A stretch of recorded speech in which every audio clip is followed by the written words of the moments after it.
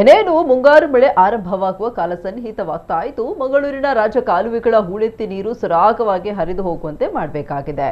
ಪ್ರತಿ ಬಾರಿ ನಿರಂತರ ಮಳೆ ಸುರಿದ ಸಂದರ್ಭದಲ್ಲಿ ಕೃತಕ ನೆರೆ ಸೃಷ್ಟಿಯಾಗಿ ತಗ್ಗು ಪ್ರದೇಶಗಳು ಜಲಾವೃತಗೊಳ್ಳುವ ಪರಿಸ್ಥಿತಿ ಮಂಗಳೂರಿನ ಹಲವೆಡೆ ನಿರ್ಮಾಣಗೊಳ್ಳುತ್ತಿದೆ. ಮಂಗಳೂರು ಮಹಾನಗರ ಪಾಲಿಕೆಯ ಸುರತ್ಕಲ್ ಇಡ್ಯ ಗ್ರಾಮದ ಪೂರ್ವದಲ್ಲಿರುವ 7ನೇ ವಾರ್ಡಿನ ಸುಭಾಷಿತ ನಗರದಲ್ಲಿರುವ ರಾಜ ಕಾಲುವೆಯ ಸಮಸ್ಯೆಯನ್ನು ಬಗೆಹರಿಸುವಂತೆ ಸ್ಥಳೀಯರು ನಿರಂತರವಾಗಿ ಆಗ್ರಹಿಸಿಕೊಂಡೇ ಬರ್ತಾ ಇದ್ದಾರೆ.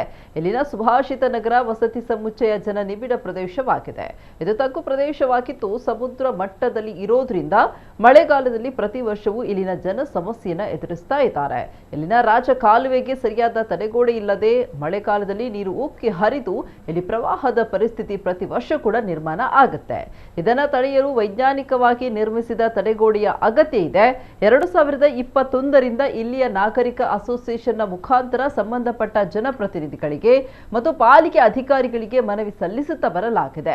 ಅವೈಜ್ಞಾನಿಕವಾಗಿ ಕೆಲವು ಕಡೆ ತಡೆ ಪರಿಣಾಮ ಮಳೆಗಾಲದಲ್ಲಿ ಉಕ್ಕಿ ಹರಿಯುವ ಪ್ರವಾಹದಿಂದಾಗಿ ಸುಭಾಷಿತ ನಗರದಲ್ಲಿ ಕೃತಕ ಪ್ರವಾಹ ಉಂಟಾಗುತ್ತೆ ಅಂತ ಸ್ಥಳೀಯರು ದೂರಿದ್ದಾರೆ. ಅಲ್ಲದೆ ಸಮಸ್ಯೆ ಬಗೆಹರಿಸಲು ಕ್ರಮ ಕೈಗೊಳ್ಳುವಂತೆ ಒತ್ತಾಯಿಸಿದ್ದಾರೆ.